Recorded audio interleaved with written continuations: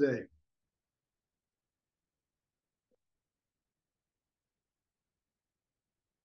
Everybody good? So we have Tom and Jenna and Alfred and One Jane and Jade Lee on Zoom, and Alexander is here in class, and we'll see if some more people show up.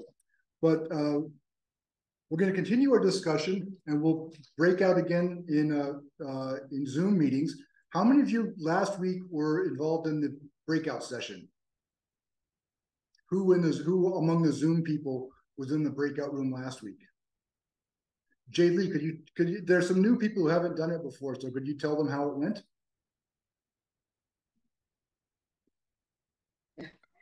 Well, I guess it's basically just a few people getting together and discussing the topics that was raised, and then coming back to just discuss everyone.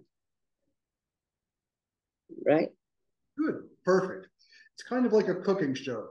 If you just watch cooking shows, they're fun to watch, but you don't actually learn very much about cooking. But when you actually get in there and try the things and do the things, you learn a lot more. So when we're in the breakout groups, I would encourage you to do 3 different things. If you have something to say, share it. Don't be shy. Just put an idea out there for other people to discuss. If you don't understand it and you have questions or confusions, share those things. Those will be things for people to talk about. So we can turn our obstacles into resources. And then finally, help other people to talk, because the more people we can get talking together, we say each person brings some light to the discussion, and the more people's lights we can bring together, the more we can all see. So we'll spend a little bit of time in rooms today talking about it again, and we'll try that out. So the first week, we talked about the Buddha's life in the palace and why it was that he left the palace. He went outside and he saw a sick person, an old person, and a dead person. And he said, I can't go back inside the palace. I can't live inside the palace anymore. And we talked about why that was. Why didn't he just decide to stay inside the palace? And then last week we talked about why he might have decided to become an ascetic rather than becoming a doctor or a politician or something like that. And then why asceticism didn't work for him. And eventually, after spending 6 years as an ascetic, he gave that up too. He left his life in the palace, and he left his life as an ascetic, and he gave his first sermons explaining the things that he'd learned. And he explained them in terms of 2 major doctrines, the middle way and the 4 noble truths. And those are things we're going to talk about today. First of all, the middle way. What is the middle way between exactly? And that's actually the one I'm going to put you into groups to talk about. And so I'll give you a little bit more guidance on that in a minute. But then also it's interesting to think about the 4 noble truths. Existence is suffering, the cause of suffering is desire, nirvana is the end of suffering, the way to nirvana, the way to end suffering is the 8-fold path. Why are there 4 of them? How do the 4 fit together? How would you explain them to a non-Buddhist? But then also importantly, these were the lessons that he taught just after he realized that asceticism was not the right path. So how exactly is it that his experience, both in the palace and as an ascetic, led to these realizations? What's the connection between his experience before and the lessons that he taught upon enlightenment?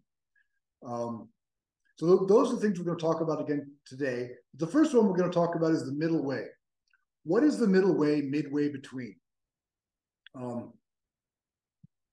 Is it just halfway between self-indulgence and self-denial? Is he just saying, don't overdo it? If so, why didn't he spend 3 days in the palace and 4 days out? Would that have worked? Would that have been a middle way? Another question. If wanting doesn't work, the life he had in the palace, wanting things, and not wanting doesn't work, the life he spent as an ascetic, learning not to want things, why would a combination of the 2 suddenly work? Which raises an interesting question. Work to do what? What does it count to work? Third, his life after enlightenment looks a lot more like his life as an ascetic than it does like his life in the palace. He still begs for his food. He still doesn't have a home. He still doesn't have a family. So how exactly is that the middle? And how did his experience as an ascetic teach him this lesson? These are just examples of things to talk about, things to think about. Come up with other questions if you can. If there are other things that confuse you and you wonder about, ask about those. And also, when you think about these things, try to explain it so a non-Buddhist would understand. Many of you have been Buddhists all your life, but you may still have in you an inner non-Buddhist, and try to call up that inner non-Buddhist and ask that non-Buddhist questions and help them to see it if they hadn't seen it already. Does that make sense? Jay Lee, does that make sense? I think so. All right. So let's put you in your groups and we'll discuss for 10 or 15 minutes and then we'll all come back together. And if you have any questions, you can send them to the chat and let Ching know and she'll tell me. Does that sound good?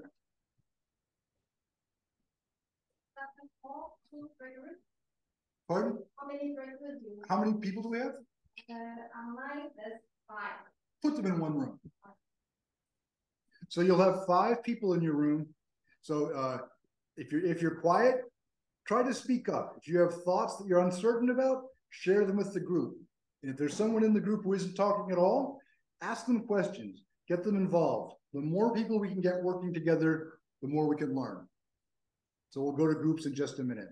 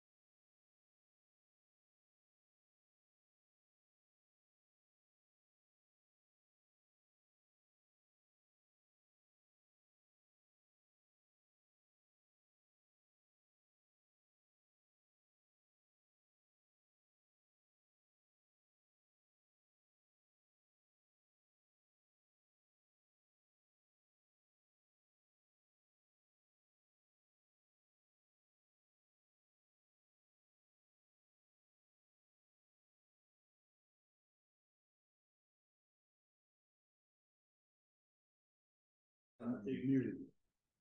Hello, can you hear me? Did you guys have a good discussion? Who was the quietest person in your discussion? Jade Lee, who was the quietest person? I can't hear you. You're muted. I think all of us talk, so there is no quietness, and all of us say something. Okay, Deborah, can you give us a quick report of what you guys talked about? Yes, we talked about the Four Noble Truths, and we believe that the first noble truth, the truth of suffering, is important because not a lot of people know what suffering is. Maybe to an outsider, they're thinking it's like a bad day or like something happened, but they don't know what. That's why number two is the truth of cause of suffering. That's why it follows. And I kind of explained how, like, after knowing all the truth, like the end and the truth, the path that set us free, we had to apply to the eightfold path, which is like the righteousness, the right intention. But at the same time, that's what follows the middle way. Like, we can know what's right and wrong, but it's up to us to choose how to approach to that situation, which is that creates balance, which is the yin and yang sort of thing. Yeah. Did you talk about the middle way? Yes. I think we briefly mentioned when we just discussing what middle way is. So Yeah. what did you, let's hear from someone else. Jenna, you talk about, what did you decide the middle way was the middle way between?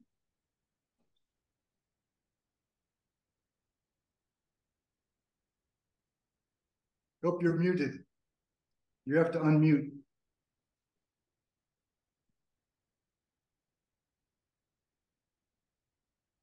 I am the new beginner learner. I don't have the knowledge.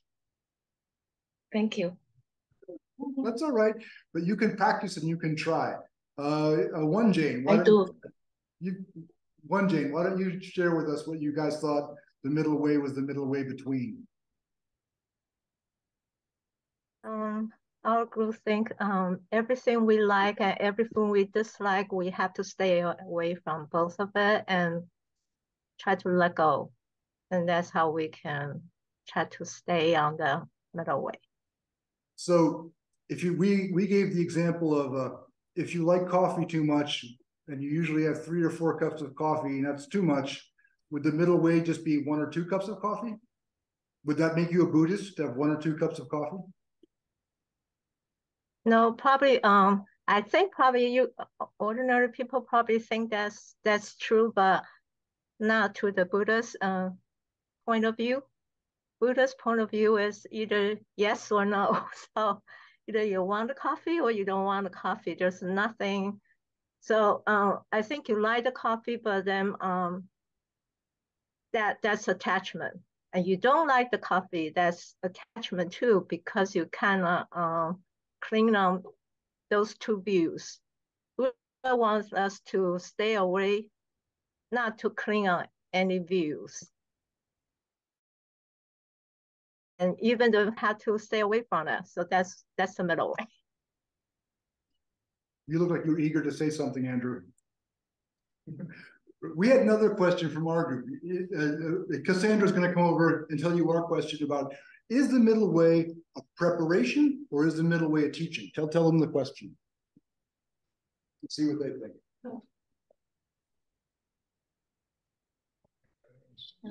Hi, everyone. So in our discussion, how this arose is, I was talking about how I think for myself, whenever I thought about the middle way, it was a way to pace yourself. And that doesn't necessarily mean that you're not gonna put 100% into whatever activity or practice you're doing, but maybe in the beginning, you slow down to really understand it. And then you can evolve to be 100% in an activity. So then the question that we want to pose to you guys is, do you think the middle way is a prerequisite in the practice, or is an actual method of achieving enlightenment in the end.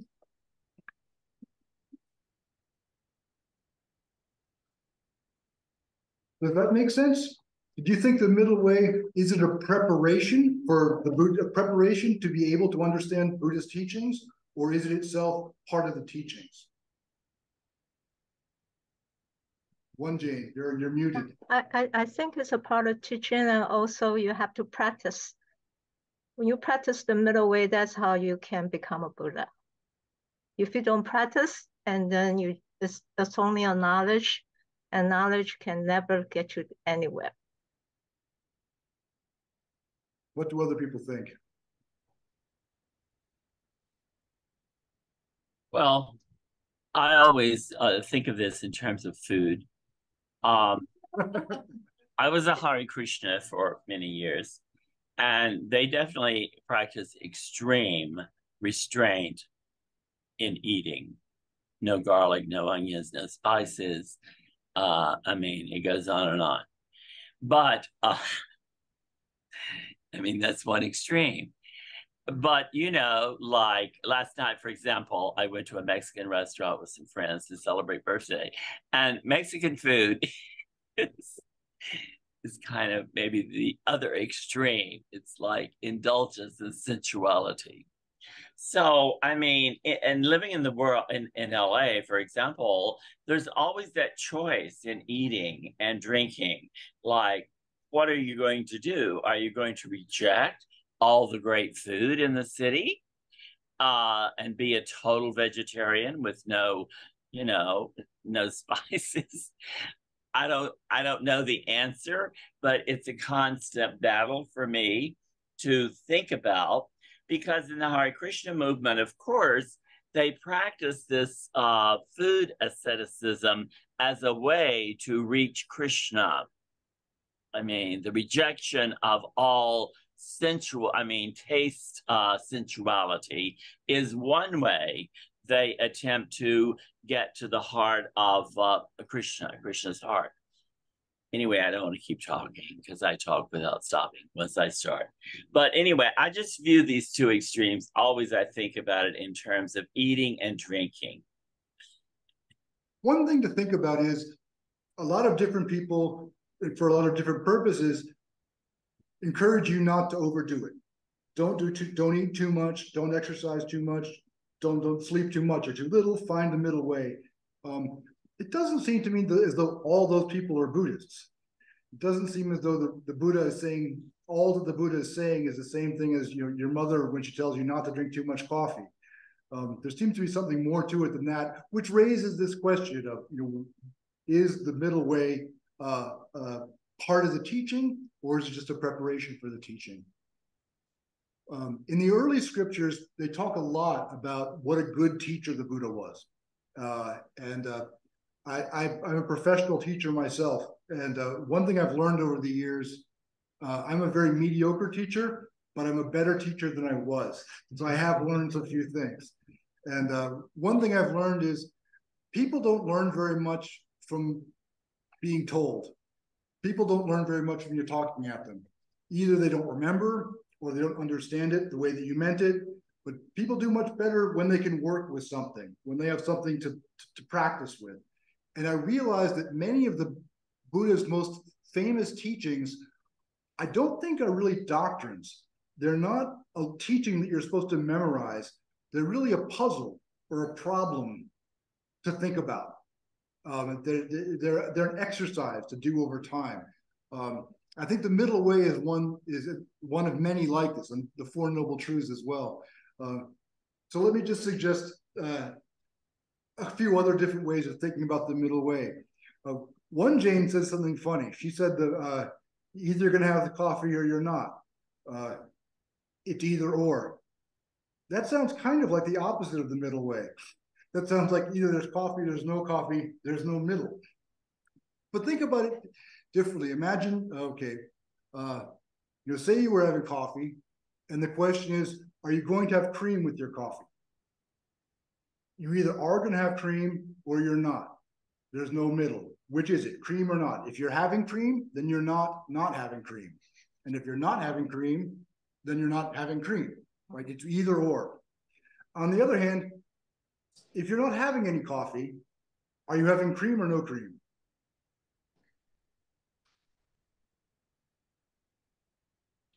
If you're not having coffee, you're neither having cream nor no cream. It seems like not having coffee is a third way on the cream, no cream question. Interestingly, one important term in early Buddhism that you don't see in the middle way and you don't see in the Four Noble Truths is the idea of no self. And there's a question: Are you going to be self-indulgent like he was in the palace, or are you going to be self-denying as he was an ascetic? You're either self-indulgent or you're self-denying, like one Jane said. It's one or the other. But if there's no self, that seems like a third way where you're neither self-indulgent nor self-denying. That might be a place where the idea of no self fits in. That's just something to think about. Let me ask you a question about the Four Noble Truths, since you guys were talking about the Four Noble Truths.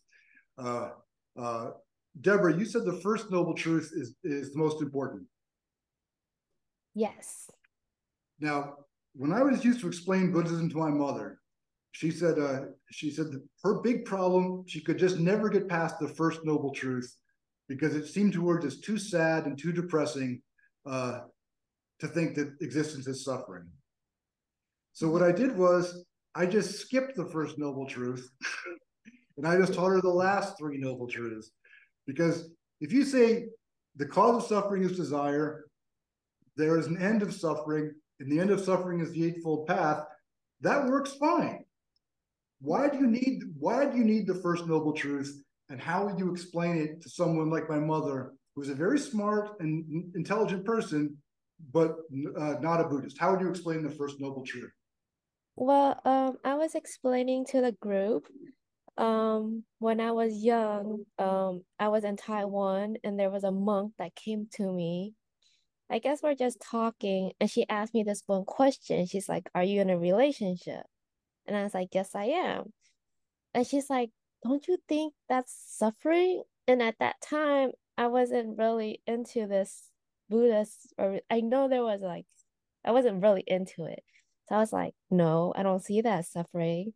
And she started explaining to me. She's like, "Well, look, you have to take care of him. It's like taking care of a child. You can't just abandon him.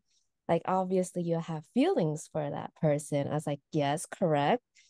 And she was like, "Well, if this person hurt you, that's also suffering. So no matter what, whether you love this person, it's like you're kind of like clinging on to him too tight. But if you don't show enough love, that person hurt you, no matter what, it's called suffering." And she's like, there's more suffering. It can be like anger, like when you're mad at that person, that's also suffering because you're holding on to anger. So she was just explaining all these things. And later, as I got older, mature, I started getting, oh, these are all like suffering, like fear, anger, loss, But before that, I didn't get what she meant by suffering. I was just like, oh, okay, sure, yeah. So that's what I thought's important because what like people, like, let's say we're just having a bad day, we could be like, oh, today's just an off day.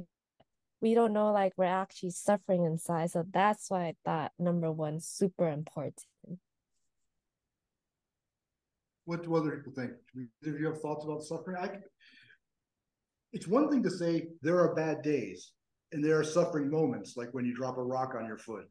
But that's different from saying that existence includes suffering, or existence contains suffering, but that existence is suffering. Many people would say, what about the good things in life? Yeah, either of you want to, feel free to raise your hand and let me know. You can come over here. How would you explain to someone who, you've seen those people who have outside their house, they have those flags that say life is good. Does the first Noble Truth deny that life is good? Or how would you explain to them the first Noble Truth? Well, to me, it is the totality of life that is suffering. At the beginning of life, when we're young and healthy and we're like doing the deal, it probably isn't suffering for most people. But while we're in that moment of joy in college and, you know, having fun, we don't see the end of the end of it. We don't see the old age, sickness, and death. And at the same time, we don't see it of our parents, you know. The parents are just paying the tuition, buying the books, proud of our graduation. And we have no thought in our head that in just a few short years, the parents are going to die and leave us in this horrible, cruel world alone. That's the suffering to me, which at age 79, I can understand a lot better. So you're saying some moments are suffering, some moments are not, but all told, on average, life is more suffering than not suffering. Yes. Is that it, Andrew?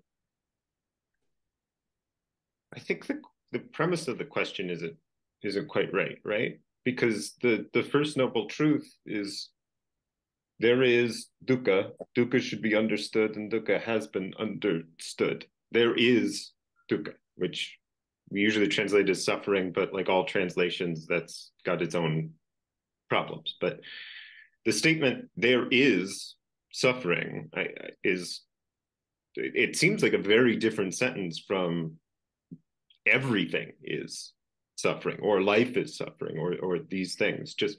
But the existence of suffering, it seems almost trivial, particularly if we like sort of enumerate some of the more involved lists of sufferings that have been constructed, like the 8 sufferings of birth, old age, sickness, death, separation from that which you like, closeness to things that you don't like, and then 2 others that I'm afraid I don't remember. I apologize. But the existence of those things, it seems almost like obvious to me, and in a way that you have to actually like think about. You have to face it, right? And that's very hard. The idea of wanting to turn towards the existence of suffering when you can instead just like not think about the fact that you're, to go back to the previous example, your partner will like leave in some way someday. Inevitably, like one of you is going to die first, one of you, something's going to happen, you're going to get sick, you're going to, things happen, right? And that's inevitable. And so it's very hard to like want to like look at that and like closely examine that, when you can instead just be like, well, that's not now, and so right now I'm just going to focus on like right now. But when you enumerate it, when you say it out loud, it seems almost like trivial to me that it happens. But I'm not really clear that I think that any of the 4 noble truths are more important than any of the others. I think that they exist in a sort of totality, like there's no meaning to any one of them without the other 3. So do you think that suffering is one part of existence, or suffering is an aspect of all of existence? Does that make sense? Well, we get into like really complicated systems that I don't quite understand, but I'm trying to, about what existence is, or rather if it exists at all in any way. I have trouble with ideas of whether or not there's an existence outside of mind and such as that. But just from a very practical perspective, in like the day-to-day, I think it's appropriate to say that it's a aspect of all elements of existence, insofar as I mean, the really big 2, I think, that sort of encapsulate everything in that list of 8 sufferings is proximity to the things that you dislike, and distance from the things that you do like. That sort of encompasses all elements of the world in their own right. There's definitely things that I like, and then unfortunately at some point I will have to have distance from them. That's just seems correct. And there's things I don't like, and I have to figure out how to be around them. Those things seem to be aspects of everything. Do you think you could just skip over the first noble truth and start with the second noble truth? The cause of suffering is desire. Because everybody wants to avoid suffering. So couldn't you just start there? The cause of suffering is desire. There's a way out of suffering. The way out of suffering is the Eightfold Path. Why do there have to be 4 noble truths? So I mean, there's a bit of a philosophy practice element there. You got to define your terms before you go on and establish what you're going to do with that problem. I think the idea that just skipping over, as much as I keep saying that it seems obvious to me that there's the existence of suffering, it's still, I think, very valuable to actually like enunciate, to very clearly bring into mind and to focus on that idea. For what I was mentioning earlier of, it's very easy to, even if that's like sort of obvious if you think about it, it's very hard to think about it. You want to turn away. So before you begin, to me, before you begin the process of wanting to solve this problem, we need to face that the problem even exists in the first place, and draw an aspiration to see through to the next steps of how do we resolve this problem, and where does that come from, and how do we resolve that? Jade, you're nodding your head. Why are you nodding your head? I think if you call something out, people think more about it. And when they think more about it, it is easier for people to accept the solution, right? That means this is this, this is this. And then you think through it and you say, okay, I will take the solution, right? To resolve that. If it is not called out and you just go straight away to the solution, it's like, yes, I know it is. It's like, it's not that serious that in your head that you would enter into trying to solve it. I don't know. That's what I think. And I think it's also, if you know the problem is there, it's easier for you to accept the solution. Whereas if you jump straight into the solution, people a lot of time tend to have objections. How would you explain to a young person, to a non-Buddhist young person who said that they thought they found it depressing, that seemed sad to them and they didn't want to think about it? How would you explain that to them? I think you can explain to them like a small little kid, right? If they want, I don't know, my mind is just not working, but maybe it's just like, if you can explain to say, it's like a lollipop, right? If I don't give it to you, you are not happy. And we are not happy. I guess it's like you have to try to understand why you're not happy, and then find a way to be happy, and say you don't want this all the time. I don't think I'm explaining it very clearly anyway. But that is the way to make a young person understand unhappiness, right? They can't get what the obvious things that they want.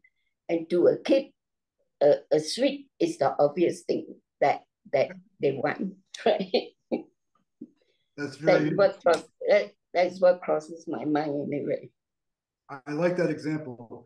Unfortunately, we had a very small topic today, and we're already running out of time. And I feel like we barely scratched the surface.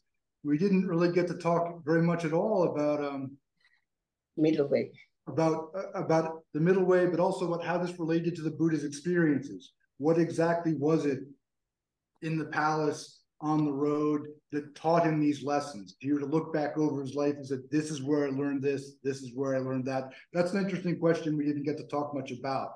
However, we will be talking on a new topic next time. So let me tell you a little bit about that so that you can think about it. There, can you guys see that now? No? Okay. Whoops. It's the same one.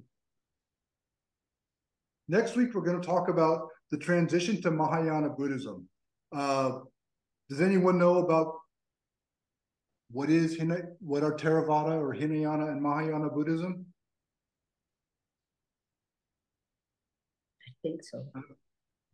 Who would like to give us a quick explanation? Here, one, Jane, you've been quiet.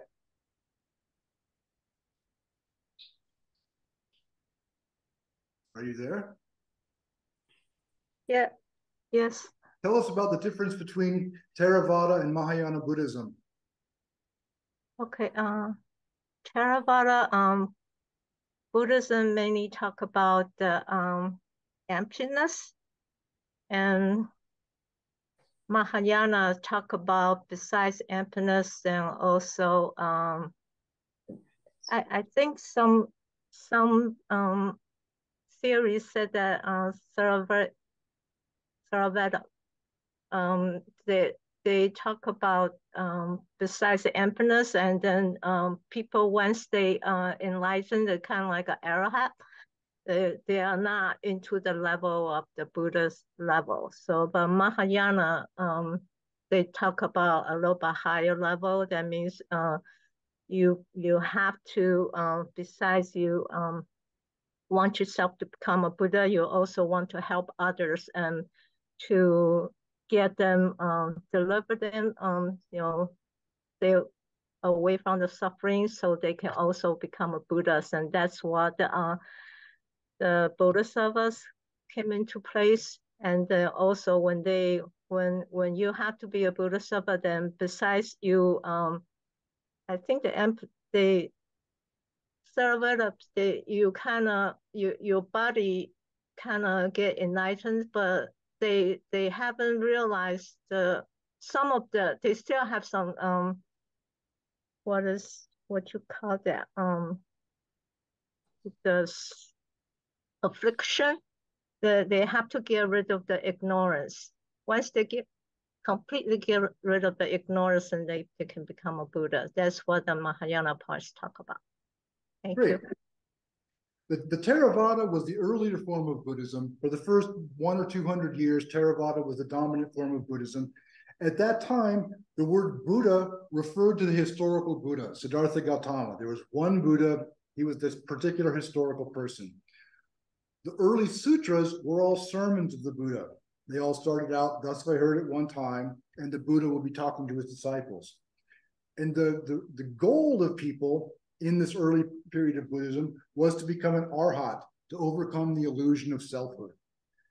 But then around 100 BC, we're not really sure, this new Buddhism changed, and a new form of Buddhism came in called Mahayana. They wrote new sutras that weren't necessarily sermons that the Buddha gave, like the Heart Sutra, for example, or the Lotus Sutra. There were all of a sudden new Buddhas, like the Medicine Buddha, like Maitreya Buddha. They came out of nowhere. And there was a new goal, not just to overcome the illusion of suffering yourself, like an arhat, but to remain in the world and to help others, like a bodhisattva. So the big change in Buddhism.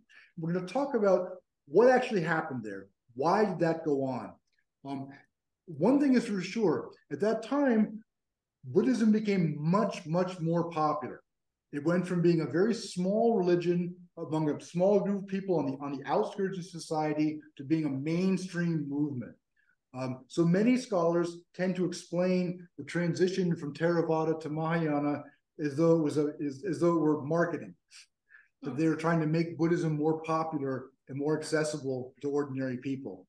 And we'll talk about that next week. Do we think that's what's going on? Was there more going on? If so, what was it? I'll let you think about that for next week. But I have another thing I want to talk with you about. You'll remember when we first went over the schedule, the last 2 days of the semester were to be announced. So we have 2 empty class days. Now, I normally teach college students, and which is delightful, but they're very, very different from you. They're not as mature. They talk a lot more. They talk constantly. But so I'm trying to figure out which lessons from college students I can apply to grown-ups and which lessons from grown-ups I can apply to college students. But one thing I started doing in my class for the college students was I let them teach the class at the end. They could be in charge of a day or two. And when I first did that, honestly, I just did it to make them happy because I was sick of them complaining. But it turned out really good. They were very good days, and I learned a lot from them. They were very, very interesting. So I wonder if we save those last 2 days for the class for you guys to take turns running the class for a little while, and you guys can decide what questions you want to discuss. Would some people be interested in trying that? You don't have to decide now. I'm just putting it out there to think about. What do you guys think about that? Here, come in. No, no. What? No, but do you think it's a good idea? You could discuss it in your class with him. Make a case for it. Hello, everyone. Alexander again from last week. Well, I'm an educator too, so that's always a good idea so that other people explain, explicate, and share their interpretations. Just as Paul suggested, you also learn from your students. And that's, I think, an important thing. So I support it, but you could take over the class for a minute and ask them what they think. Oh, okay. So everyone, given what we discussed, who would like to share what they think, if it's a good idea? It's a good idea. You don't have to do it yet. You don't have to leave the class yet. Oh, okay. If they want to do this. So think of it as this is a good idea. And the next time we meet, we can share if you think it's a good idea and why.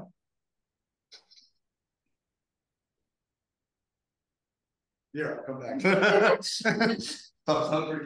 Is that all right? Does it terrify you or insult you? Okay, you're all smiling. So I'm going to assume that's a good idea. So think about it. In the next couple of weeks, I'll ask people who want to volunteer. We'll have 2 days of class. We have 1, 2, 3, 4, 5, 6, 7, 8 people. So we could easily do 2 or 3 or 4 people a day if people want to. So if you want to run part of class for the last day or 2, think about it, and we'll talk about it again next week. Meanwhile, think about the transition from Theravada to Mahayana. What was going on there? Was it more than just marketing? And we'll talk again next week. Everybody good? Well, thank you very much for coming. It's a pleasure to see you all the time. Bye-bye.